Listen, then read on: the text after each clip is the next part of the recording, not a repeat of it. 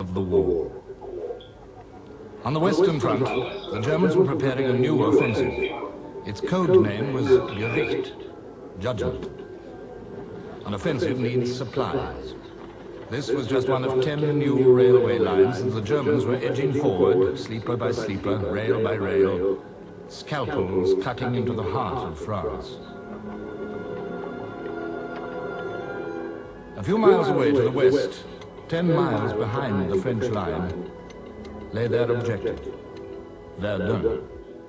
Verdun was the great fortress whose name had for centuries not ceased to haunt Germanic imaginations.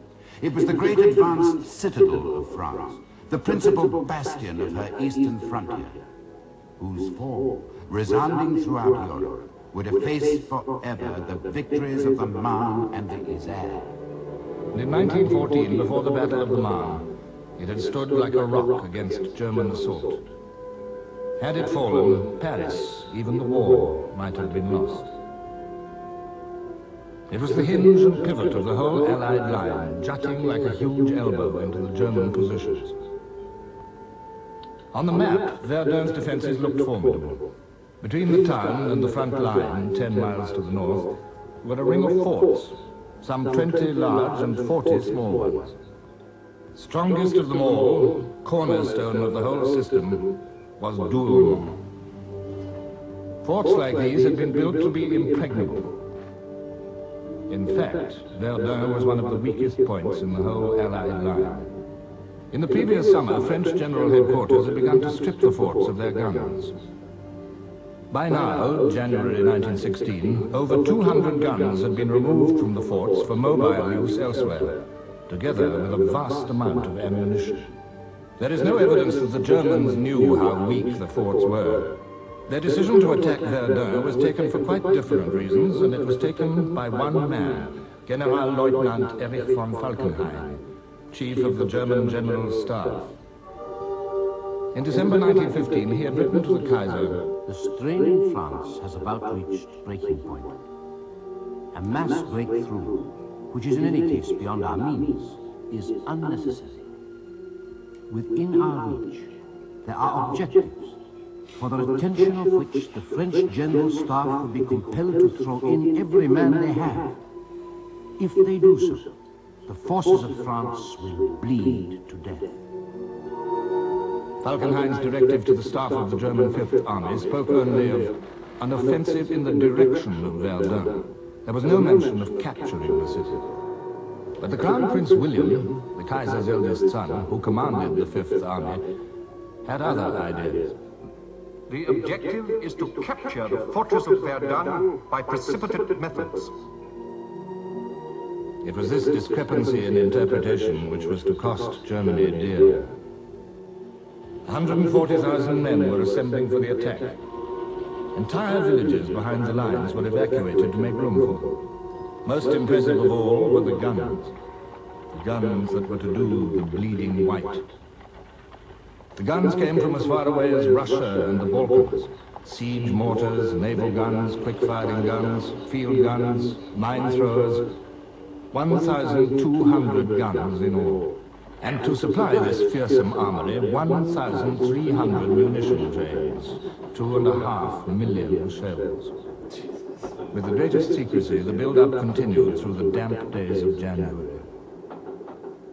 On the other side of the lines, alarm at the state of Verdun's defenses had at last penetrated to general headquarters at Chantilly.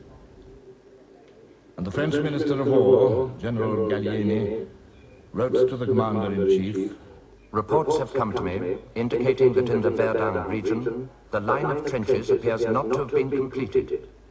Should the enemy break through, not only would your responsibility be involved, but also that of the entire government." Joffre replied, "Nothing justifies the fears which you express in your dispatch." German planes patrolled the forward area in strength, waiting to pounce on any French reconnaissance planes. They had complete air superiority. They had assembled the greatest concentration of air power ever employed in war so far. 168 planes at Verdun, and a large number of observation balloons. Even Joffre became apprehensive. Our minister to Denmark telegraphed that a German offensive was being talked about.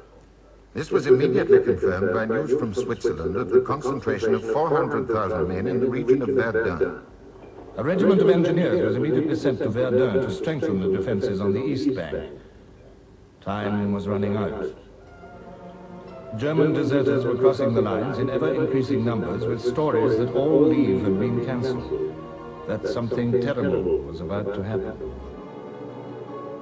Men, and still more men, marching towards Verdun. They were old hands, these men. Old hands of 25 or 30. Many already wounded in action, toughened by 2 years of war.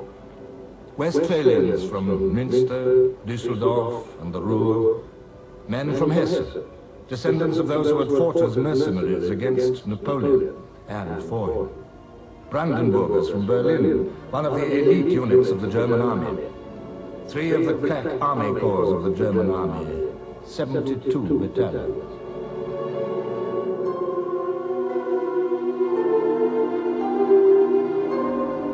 Their wait was a fearful one.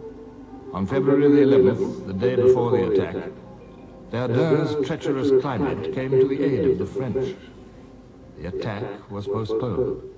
It gave the French a little time to improve their defenses, to settle in 2 new divisions that had just arrived. These men, like the Germans, were veterans, young men grown old before their time. Poilus, the French public called them, the hairy ones. It was a nickname they disliked. Few of them fought any longer for such noble aims as the recovery of Alsace and Lorraine.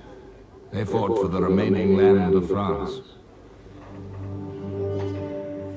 And so they waited. 34 battalions of them, 30,000 men. Ill-prepared, outnumbered by over 2 to 1, and by much more in guns.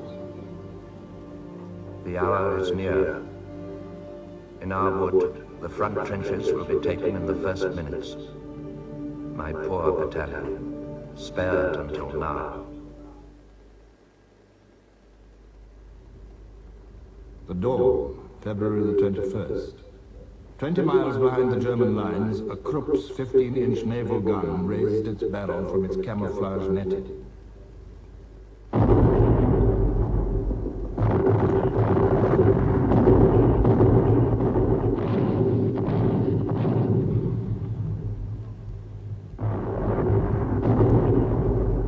For 3 hours, the German heavy guns ranged on Verdun itself. At 7 in the morning, the bombardment switched to the French lines. 1 heavy battery to every 150 yards of trench, and to the roads leading up.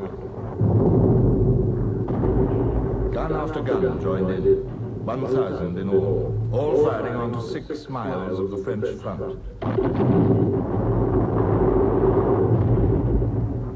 To the French, cowering in the woods of the East Bank, the air seemed solid with whirling fragments.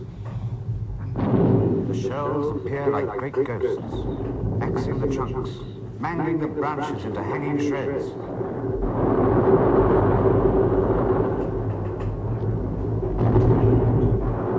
The crude iron of the shells shattered into huge ragged chunks that sometimes 2 men would be unable to lift. Men were squashed, cut in 2, or divided from top to bottom, blown into showers, bellies turned inside out and scattered anyhow, skulls forced bodily into the chest, as if by a blow with a club. Here and there in the front line were a few men who by chance escaped. In all our minds we had the same thought, that everyone to right and left had been killed. A German airman reported, "It's done. We can pass. There's nothing living anymore." A young Hessian scribbled the last note to his mother. There's going to be a battle here, the likes of which the world has never seen.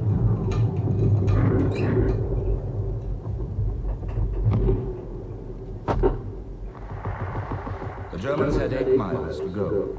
Their fighting patrols slipped forward like a dentist's probe. And that's it, that.